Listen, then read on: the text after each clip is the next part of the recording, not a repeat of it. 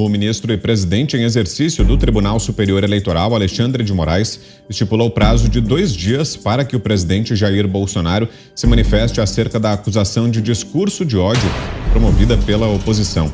Os parlamentares dos partidos Rede, PCdoB, PSB, PV, PSOL e Solidariedade acusam o chefe do executivo de delitos como incitação e apologia ao crime, abolição violenta do Estado Democrático de Direito e violência política.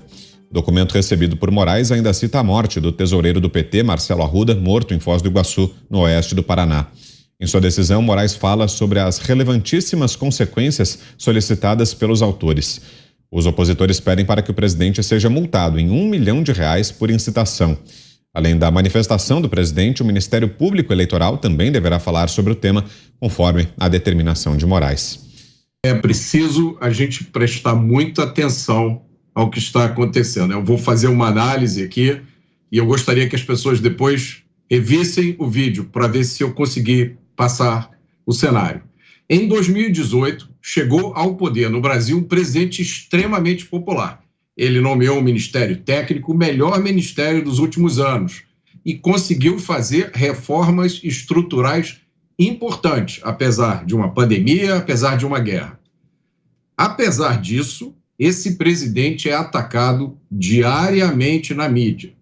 Ele e os seus apoiadores são demonizados, recebem as piores ofensas, são caçados nas redes sociais, sujeitos até a inquéritos ilegais. O presidente Bolsonaro, ele é alvo de um ativismo judicial totalmente inconstitucional e de uma virulência que nunca tinha sido antes vista no Brasil. Aí é preciso a gente perguntar, por que isso está acontecendo? Eu vou dar para vocês 3 elementos que ajudam a explicar esse enigma. O primeiro é o seguinte: desde 2014, as ruas brasileiras foram tomadas pelo povo brasileiro, pela classe média que ocupou as ruas com bandeiras, com hinos. Em todo o resto da América Latina, as ruas pertencem aos movimentos de esquerda, de extrema esquerda, violentos, comunistas, socialistas radicais. Esse é o primeiro elemento, as ruas. O segundo elemento: no Brasil se encontra o único governo conservador liberal da América Latina, defensor das liberdades individuais, defensor da liberdade econômica, é uma ilha de liberdade no meio de um oceano vermelho. Esse é o segundo elemento.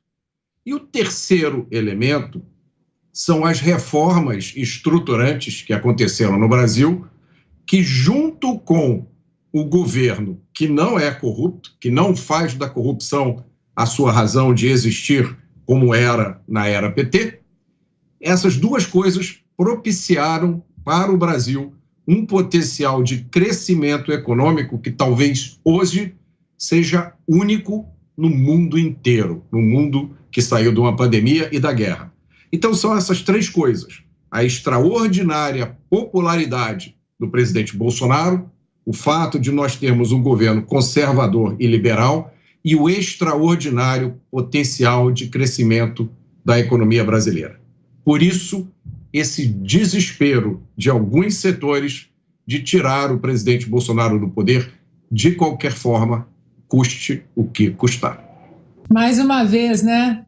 Lá vamos nós para o dia da marmota. Feitiço do tempo falar de mais ativismo do Alexandre de Moraes e também parte do STF. O problema, Vitor, é que esses que hoje se julgam aí donos do Brasil, tudo que eles querem que seja discurso de ódio vai ser. É a mesma história das fake news. O que é fake news? Quem define o que é fake news? Porque nós temos visto notícias que no passado foram taxadas de fake news e que dentro da pandemia, logo após, elas vieram aí a se comprovar como verdadeiras, né? Então, quem define o que é fake news? Quem define o que é discurso de ódio? Você tentar agrupar aí uma militância para falar, vamos lá na frente das casas dos parlamentares, perturbar a tranquilidade deles. Isso é discurso de ódio, senhor Alexandre de Moraes? Ou discurso de ódio pode ser também você perseguir pessoas por puro caráter político, sem colocá-las no devido processo legal. Por exemplo, estou falando do jornalista Alan dos Santos, que está exilado aqui nos Estados Unidos, sem ter tido acesso ao inquérito, sem ter sido condenado, sem ter sido sequer colocado aí em prova a nossa justiça sobre os crimes, os alegados crimes que o Alexandre de Moraes, ele diz que o Alan dos Santos cometeu. Então, isso é discurso de ódio, você derrubar, por exemplo, todas as redes sociais e todos os recursos financeiros de um jornalista.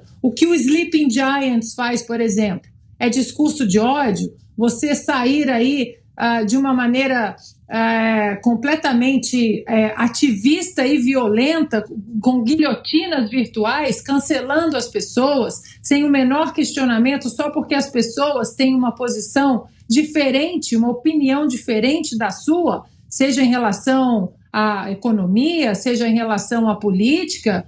Ou seja, o que é discurso de ódio? A verdade, Vitor, é que discurso de ódio e fake news hoje no Brasil é tudo aquilo que o Alexandre de Moraes /STF, essa composição do STF, é tudo que eles queiram que seja discurso de ódio.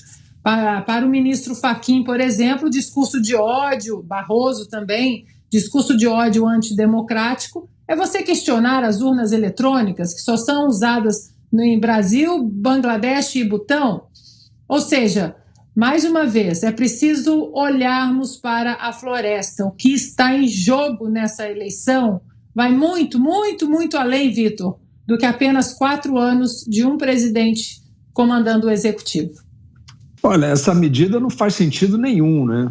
Não faz sentido nenhum. Se o ministro Alexandre de Moraes considera que falas do presidente da República representaram referenciais para atos de violência, ele deveria abrir uma investigação sobre isso, pediram uma investigação, melhor dizendo, não é isso? Sobre o crime que ele achar que deve tipificar. De repente, dar 48 horas para o presidente explicar discurso de ódio, isso só pode ser uma produção de manchete, né? Isso só pode ser uma espetacularização da justiça. Não faz absolutamente sentido nenhum, é como se você fosse transformar o direito em literatura. O presidente falou certas coisas ao longo do tempo e, de repente, o ministro decide que em 48 horas isso tem que ser explicado. Explicado como? O presidente tem que mandar uma cartinha dizendo o que ele quis dizer, se ele disse ou se ele não disse. Não faz sentido. À medida que não faz sentido, evidentemente que está na esteira desse crime de Foz do Iguaçu.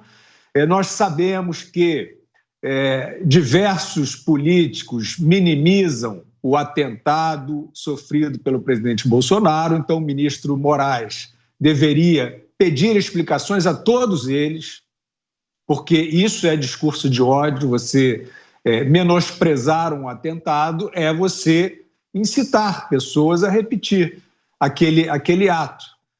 Como citou a Ana agora, o candidato Lula da Silva falando sobre, abertamente, em vídeo que está aí, flagrante perpétuo, falando abertamente aos seus apoiadores para irem às casas dos deputados conversar com os seus filhos, tirar a sua tranquilidade. Ora, isso é uma incitação à perseguição, ao cerco. Vamos mapear a casa desses parlamentares, né? Isso é um ato, sim, contra a democracia. Não vemos sair nenhuma decisão desse tipo do Supremo, então só sobra a hipótese de que isso é uma alegoria, né, típica de período eleitoral. O Supremo tem que tomar cuidado, eu acho, porque hoje existe essa espuma antibolsonarista, umas manchetes amigas que vão levar a sério uma medida estapafúrdia como essa, mas isso não vai permanecer, isso não vai perdurar, não tem como. Isso é desatino demais para perdurar como algo aceitável. Isso vai ser revisto e o Supremo deveria pensar que a história continua, os mandatos são longos esse período específico vai passar e eles deveriam pensar bem antes de cometer certos atos. Algo mais, Ana?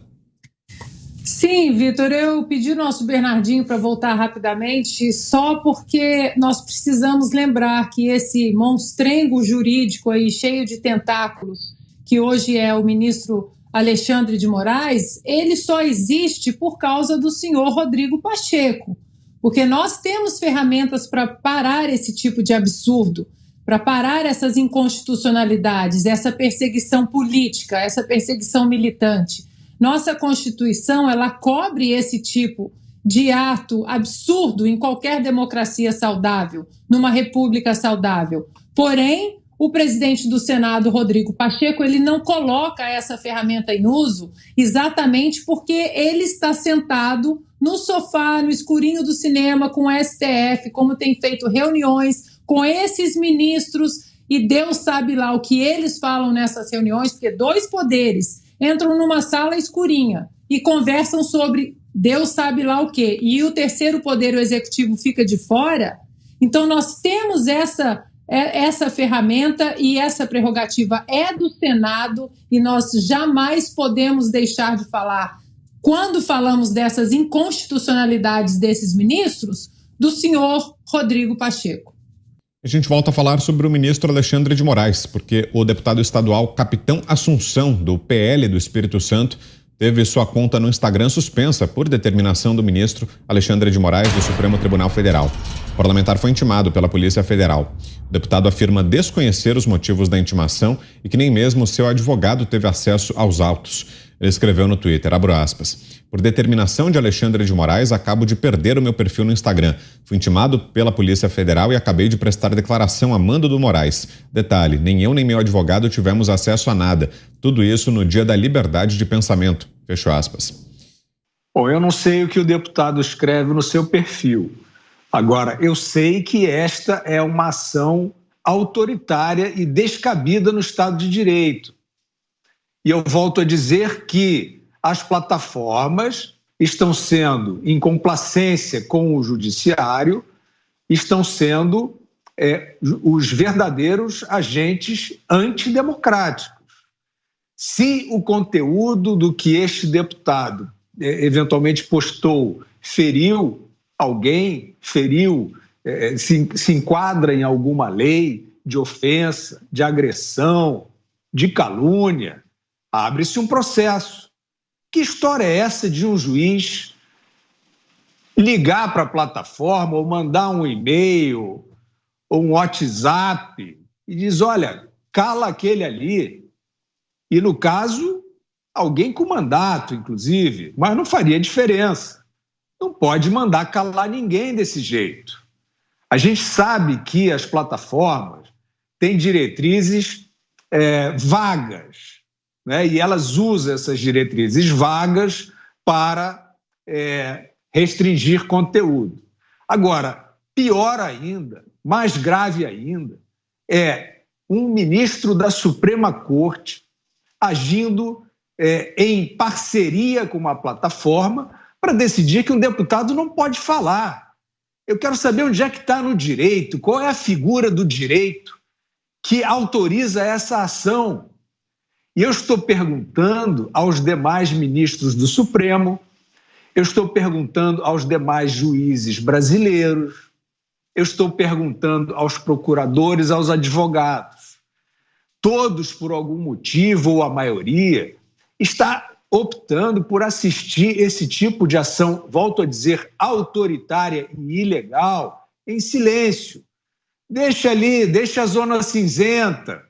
Diz que é discurso de ódio, diz que é desinformação, surfa no lado autoritário das plataformas, deixa rolar a perseguição, porque botaram lá, né, alguns lá do Supremo com desinibição suficiente para fazer esse papel.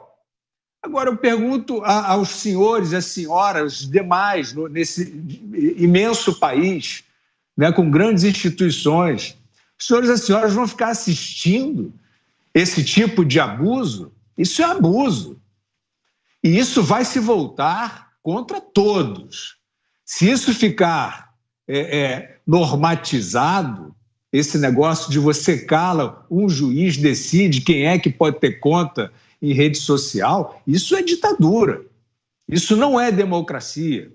E todos serão cúmplices. Está mais do que na hora, Vitor, das vozes aparecerem. Aparece uma aqui, outra ali. Quem é que vai gritar contra isso? Ou vamos ter esse ano uma experiência extrema de juízes da Suprema Corte decidindo de fato quem é que pode se manifestar no país, politicamente ou não, no período eleitoral. Volto a dizer, manifestem-se, senhores constituídos de autoridade judicial em todo o país, manifestem-se, estranhem, porque nem acesso a processo se tem. Como é que é a OAB? É assim que a banda toca? Advogado sem acesso ao processo, como já tem vários acontecendo? Criou-se uma licença poética para esse subterrâneo?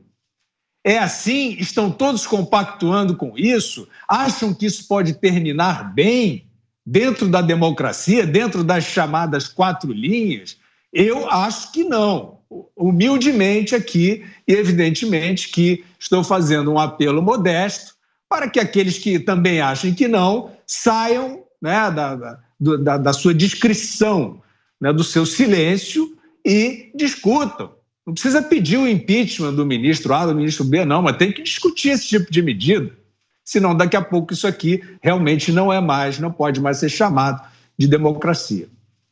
Fiuza, eu vou estender aí na lista, né, para aqueles que precisam se expressar, vir a público aí comentar sobre isso, o senhor Arthur Lira, presidente da Câmara, e o senhor Rodrigo Pacheco, presidente do Senado. O que eles acham disso, né? Concordo com o Fiuza, não sei o que o deputado escreveu ali nas suas redes, mas o que os presidentes das nossas casas legislativas, o que eles acham sobre isso? O que eles acham sobre uma das ferramentas de um parlamentar que foi eleito para parlar em nome do povo, ser cerceada, ser colocada aí uma mordaça, né? O senhor Arthur Lira, eu acho que eu sei mais ou menos o que ele pensa, não tenho a absoluta certeza, mas ele que colocou em plenário, sob caráter de urgência, a votação do PL 2630, de um relator comunista, o senhor Orlando Silva, um projeto de lei que amordaça e censura as redes sociais, as plataformas digitais, jornalistas, cidadãos. O senhor Arthur Lira se colocou sob caráter de urgência, ele deve estar conivente, achando bonito e aplaudindo essa atitude aí do Moraes de suspender a conta do deputado e mandando a PF aí intimá-lo, né? O senhor Arthur Lira ou o senhor Rodrigo Pacheco, o que os senhores acham disso? Vitor, entendeu agora porque eu sou a chata que fica batendo ali na tecla Estados Unidos e Brasil, as mesmas ferramentas para censurar a liberdade de expressão de parlamentares, de cidadãos, porque nós tivemos aqui nos Estados Unidos também deputados, congressistas, que tiveram suas redes derrubadas exatamente por atos antidemocráticos ou proteção da democracia americana. As mesmas ferramentas são usadas e o meu grande medo e receio é que até outubro vão derrubar as redes do presidente Jair Bolsonaro. Vou ler aqui o comentário de um dos nossos telespectadores do chat, o senhor Altair, que disse o seguinte: essa curva do Rio aí que nós estávamos falando, Fiuza, tem pneus, botas, sofás e algumas togas também.